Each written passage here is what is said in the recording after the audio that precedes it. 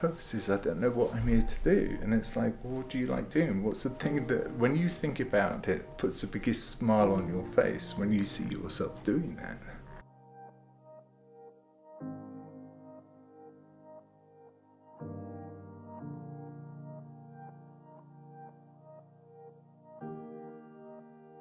Aloha, my name is Adam Capel, and I'm the technical advisor at LightNet. My purpose is to teach the world to dream awake, a research field we call lucid living. Today, we're with Stephen Henderson. Stephen has a studio where he promotes the use of costumes, jewelry, and pure fantasy to help women realize their inner beauty and bring that forward into a form of photographic artistic expression. Stephen began a career as a London fashion photographer and transitioned into a professional windsurfer, and then spent time on the European dance stages as a professional DJ.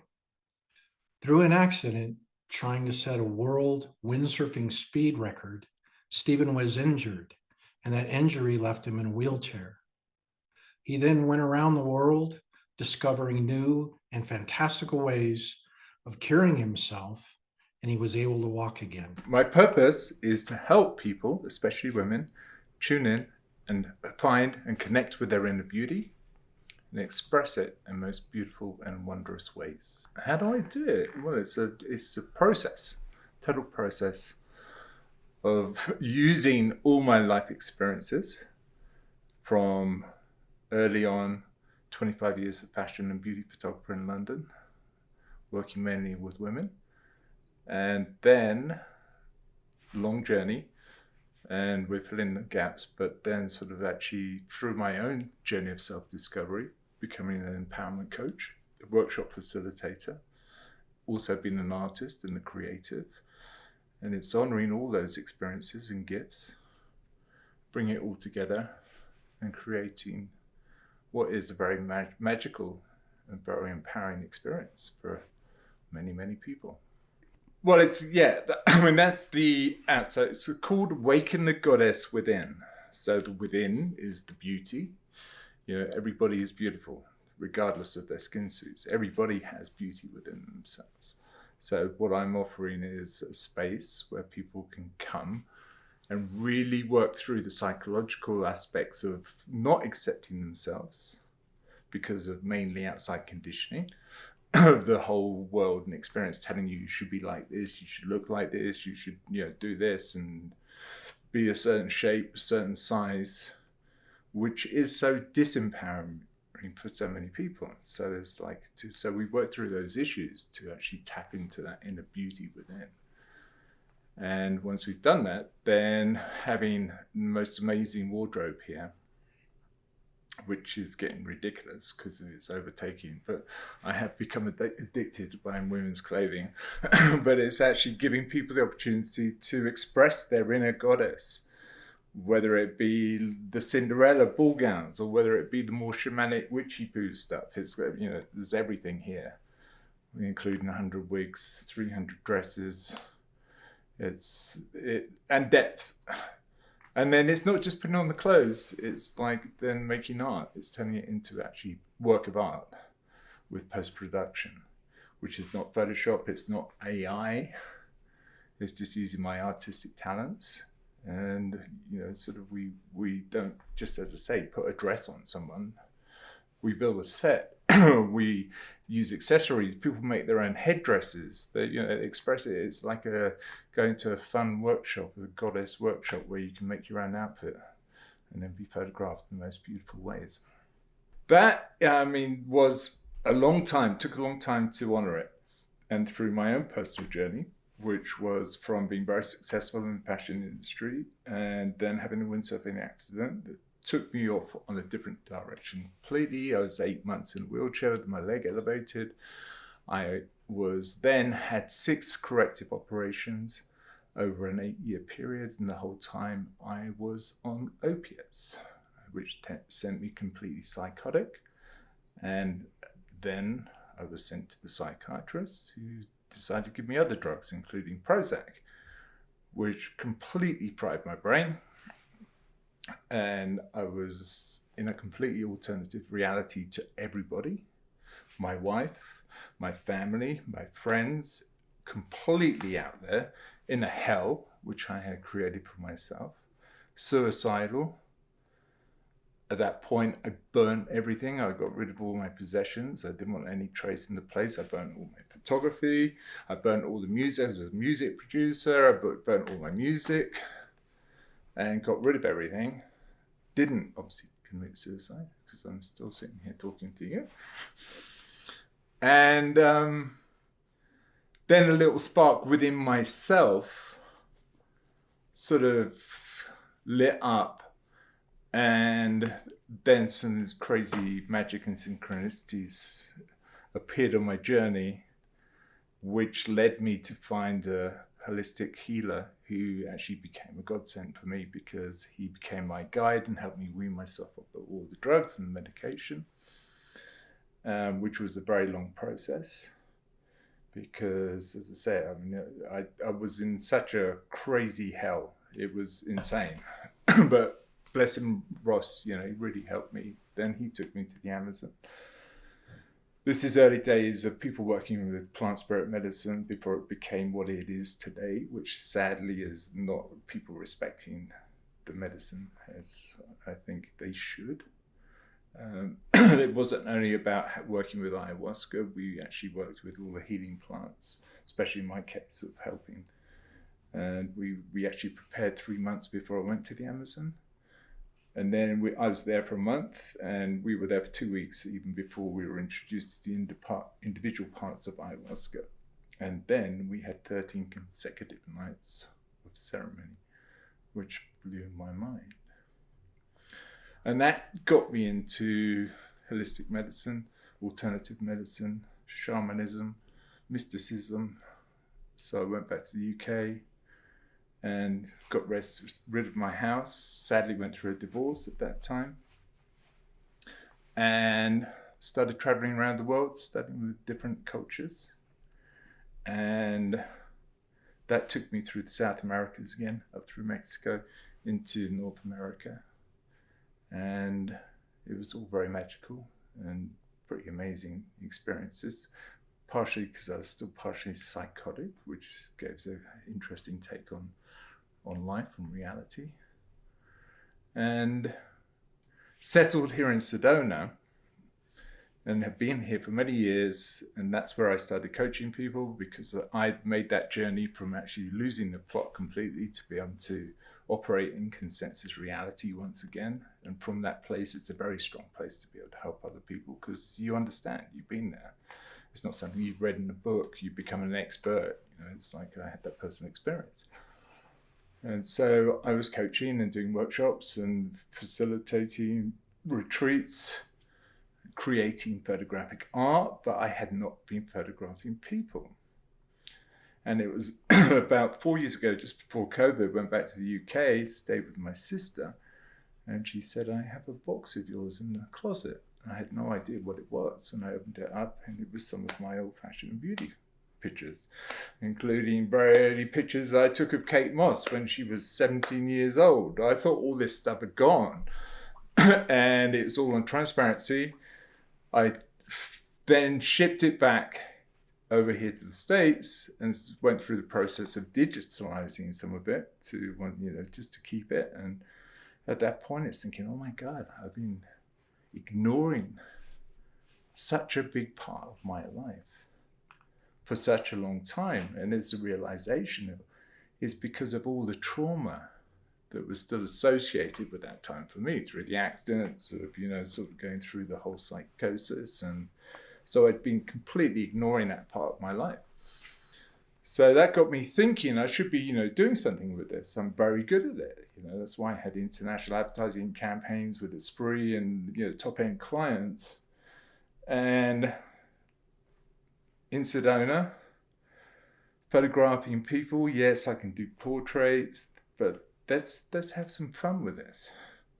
Being a creative and an artist myself, we're in Sedona, people come here for, expanding, self-discovery, place is full of goddesses wandering around all over the place. Let's create a goddess playground where we can take this to, there's no limits. I mean, people say to me when they're sort of putting their costume together, it's like, is this too much? I said, no, there's no such thing as too much. You will know when it's too much for you. So here it is, and this is how it's evolved, and the whole project has been so supported from day one. COVID hit, and that's the time that I had the concept, and I've actually found this space, beautiful space. It was previously a yoga studio that shut down. Rented the space and then went online thinking, oh my goodness, I now need to shoot some content. It's been a long time since I've worked with people and models, but let's get some outfits together. Went online to discover at the beginning of COVID, no one was going out, no one was going to balls, no one was going to proms, no one was doing anything. And a lot of these beautiful dresses, as behind here, these are like seasonal collections. And so what had happened, all these dresses have been dumped into the secondhand market. And I was picking up $1,200 dresses, brand new with tax of $25. And that's when I got addicted. And luckily I did, because now, prices have all gone back up again. I managed to pull an amazing Hollywood, wardrobe together. And it's pretty amazing, as you've seen. It's pretty spectacular. And that's part of the fun for the women when they come in, because they don't know what to expect. You say, oh, it's got a wardrobe, and they actually see the depth of it. And then there's a whole art room where you can build your own bird. It's full of flowers, feathers, it's got butterflies, everything. So it's like, and that's where the headdresses get made. And so, yes, it's been a long journey to get to this point of finally realizing that we're all here with unique gifts and talents. We're born into this world, especially artistic gifts and talents. And it's really sad to find in this country that in a lot of states, they've taken art and music out of the curriculum, which personally I think should be the most important thing, encouraged within everybody. Because people get to a point where they get too in their head about their creation, that it becomes an ego thing of, is this right, is this wrong, is this good or bad, what will people think, which is, again, is not, like that beauty is within us. So there's our gifts to help other people, it's already within us. So it's getting back to that point of honoring that. And I've got to that point in my journey of photography, art, empowerment workshops, to honor all the gifts I had. And it's like everything I've done. I've made music, I've been a music producer, professional DJ, I've done many, many things, but I've brought all those aspects, from the sound therapy to the color therapy to the artistic expression to the psychological aspects of people and accepting themselves, to creating something that is rather a unique experience, but very, very powerful. Because it's not just an experience, it's what people have once we get into that inner place of beauty within everyone. They have the experience, and there's a lot of energy, and there's a lot of magic that happens through the photo shoot. But then they get this beautiful piece of art, which they have as a takeaway. And I still have clients regularly contacting me. They've either got their picture on their desk at work. There's one lady in particular who's got a picture by the front door. She was a warrior. She's there with a sword, and she looks at it every day she goes out into the world. And that's how she sees it, and that's how it takes herself out into the world.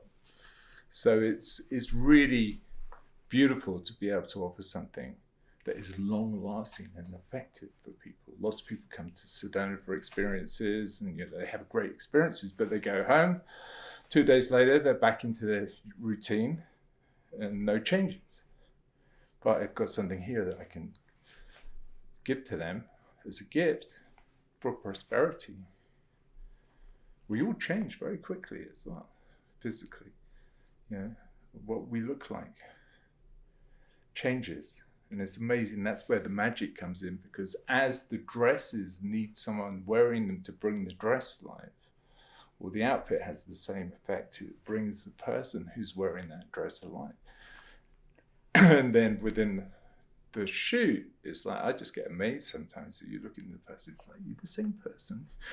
You look 40 years younger, because the energy has lit them up. You know, there's another aspect of that. It's like people are trying things on, they look in the mirror and they're looking so seriously at themselves. And they're studying themselves and, like, you know, sort of looking at all the wrinkles, and they think, oh, I look dreadful. And they just say to them, smile. Now look in the mirror. Completely different energy. They look completely different. So that's a very important aspect of it, is to make people raise their vibration and smile. Be happy. So that's a gift, to be able to make people happy. Once I was inspired to get back into creating and photographing people, everything just opened up. You know, it's like when you're aligned, and people always talk about, you know, synchronicities just line up for you. And they did.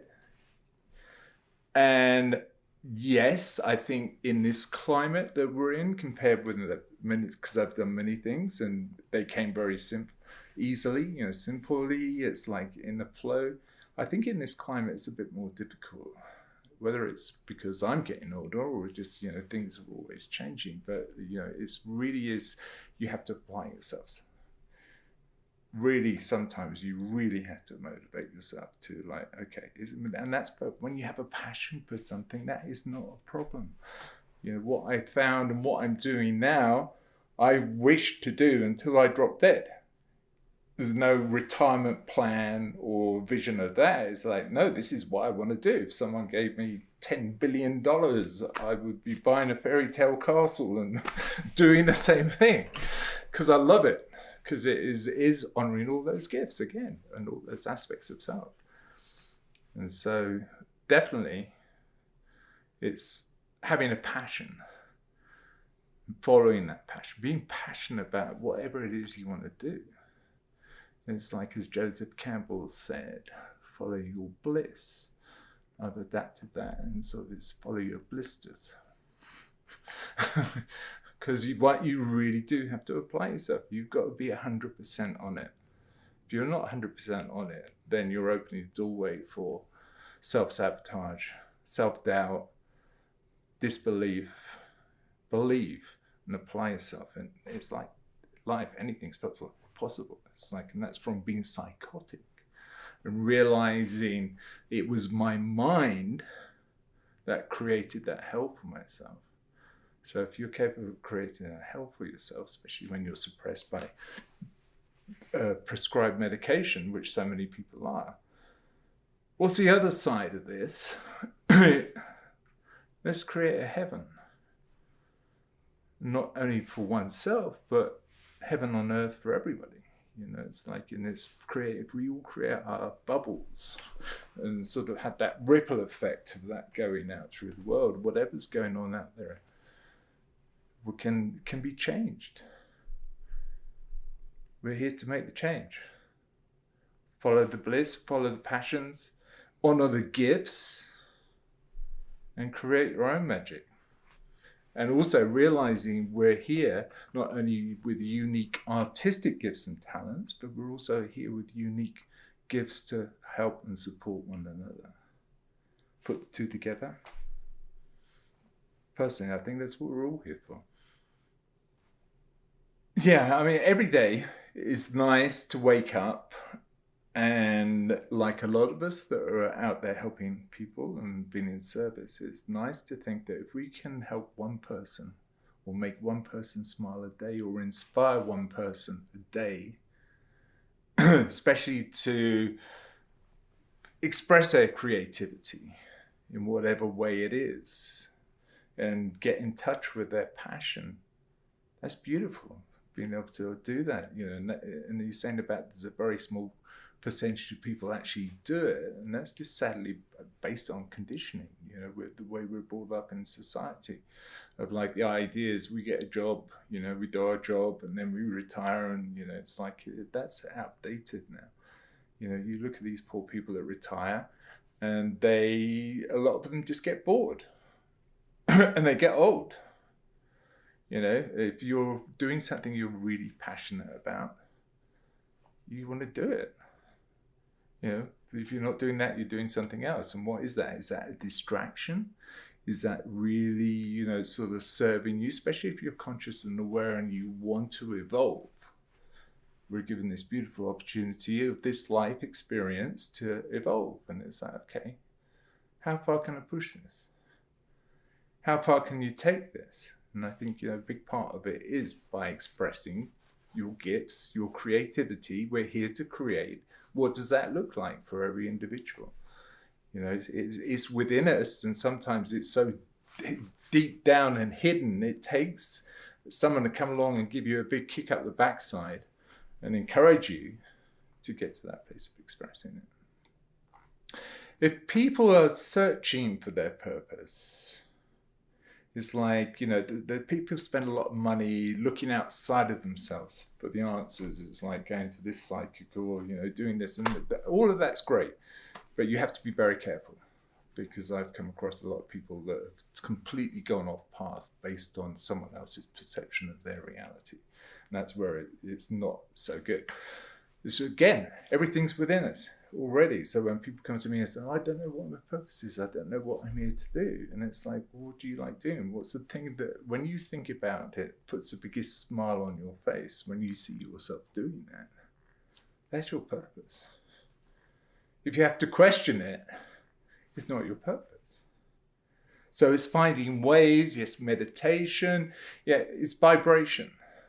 We're connected to our higher guidance, whether it be something that's perceived to be above us, or, you know, it's here already, but it's like, yeah, tune in. So change your vibration. When you get into that place of like changing the dial on your radio, no longer the sort of the distraction and the bad news channel over here.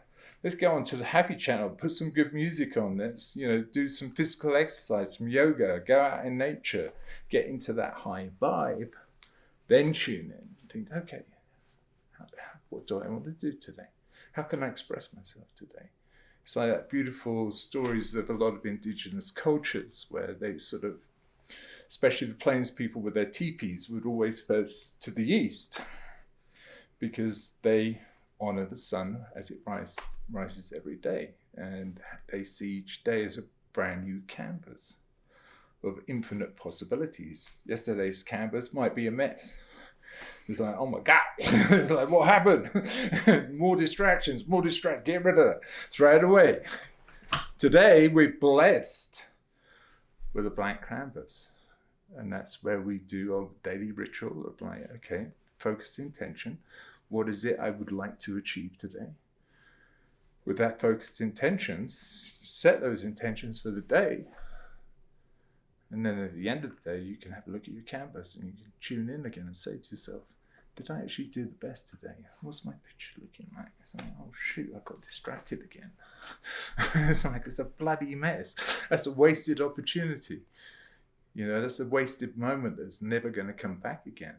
So it's just that awareness of like every day of getting into the flow of, okay, brand new canvas, what am I going to achieve? Or I'm just going to let myself get distracted and waste the day. I mean, not waste the day, if as long as you enjoy it, it's fun, but you know, you're not evolving by doing that. And if we bring that consciousness and that awareness to every day, then we can evolve. What would the world look like if everyone was living in their purpose?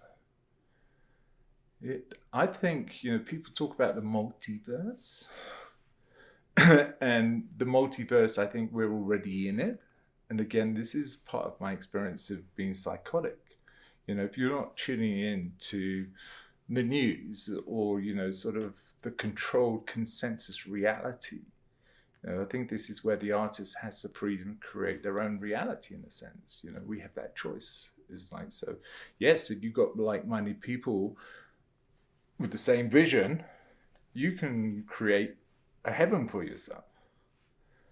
But I think, you know, sort of as we raise in our consciousness and having vibration holding us in place, again, it's changing your vibration and seeing who else is there with you. And, you know, sort of, I think we're at a very important part of history, whether it's in a lot of prophecies, that we do have an opportunity to split. The Hopi prophecy rock, you know, I know that's not that old, but it's like, I think it's supposed to be 100 years old or something, but it shows very clearly that separation of, like, you go on this route, fear, death, that's what you experience. You go on this happy channel over here, it just keeps going. And I think that's true for all of us. So it's like, you know, yeah, let's get in our purpose. Let's raise the vibration. Let's create our heaven on earth and make that shift from all the craziness of this world, the consensus world, with all its constraints, and be free.